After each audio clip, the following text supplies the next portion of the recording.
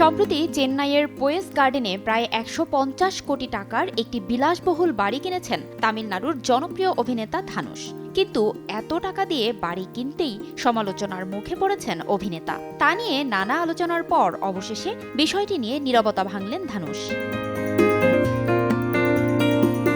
নতুন বাড়ি কেনার পর সম্প্রতি একটি হাউস ওয়ার্মিং পার্টির আয়োজন করেছিলেন ধানুষ, আর সেখানেই ঘটে বিপত্তি। ধনাঢ্যদের এলাকায় ধানুষের বিলাসবহুল এই নতুন বাড়ি কেনা নিয়ে আলোচনা সমালোচনা ও বহু জলঘোলা হয়েছে। অনেকেই তার বিরুদ্ধে কটূক্তি করেছেন। এবার নিজের আসন্ন ছবি রায়ান এর অডিও লঞ্চের সময় ধানুষ এসব বিষয়ে জবাব দেন। তার মতে, যদি আমি আগে জানতাম যে পোয়েস গার্ডেনে একটি বাড়ি কেনা নিয়ে এত আলাপ আলোচনা হবে বা এই বিষয়টাকে এত বড় করে দেখা হবে, তাহলে আমি তার পরিবর্তে একটি ছোট অ্যাপার্টমেন্ট কিনতাম।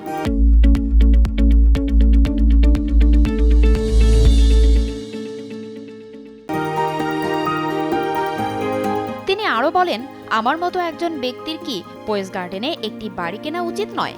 রাস্তায় জন্মে কি জীবনের শেষ পর্যন্ত সেখানেই থাকতে হয়? কেন তিনি পোয়েস গার্ডেনে একটি বাড়ি কেনার সিদ্ধান্ত নিয়েছিলেন সে সম্পর্কে অডিও বার্তায় একটি মজার গল্প শেয়ার করেন।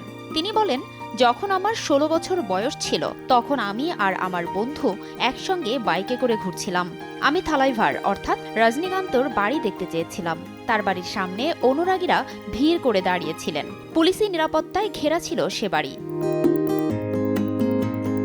থালাইভার বাড়ি দেখে বাইকে করে ফেরার সময় আমরা দেখতে পেলাম আরও একটি বাড়ির সামনে বিশাল ভিড়। পথচারীদের থেকে জিজ্ঞাসা করে জানতে পারলাম সেটা তামিলনাড়ুর প্রয়াত প্রাক্তন মুখ্যমন্ত্রী জে জয়ললিতার বাড়ি। আমি সেই মুহূর্তে দুটি ঘরের দিকে তাকালাম, আর এই সবটা দেখে সে সময় থেকেই পোয়েস গার্ডেনে একটা ছোট বাড়ির মালিক হওয়ার ইচ্ছা জেগেছিল। এই ঘটনা শেয়ার করার পর অভিনেতা তার জীবন সংগ্রামের গল্পও বলেন। তার এই স্বপ্ন পূরণের জন্য তিনি কতটা কঠোর পরিশ্রম করেছেন সে কথাও জানান। ধানুষ বলেন, সে সময় আমি অনেক লড়াই করেছিলাম।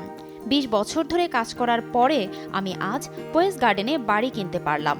এটা আসলে আমার নয়, বরং ১৬ বছর বয়সী ধানুষকে ভেঙ্কটেশ প্রভুর দেওয়া উপহার। ফারজানা লিনা, সময় সংবাদ, ঢাকা।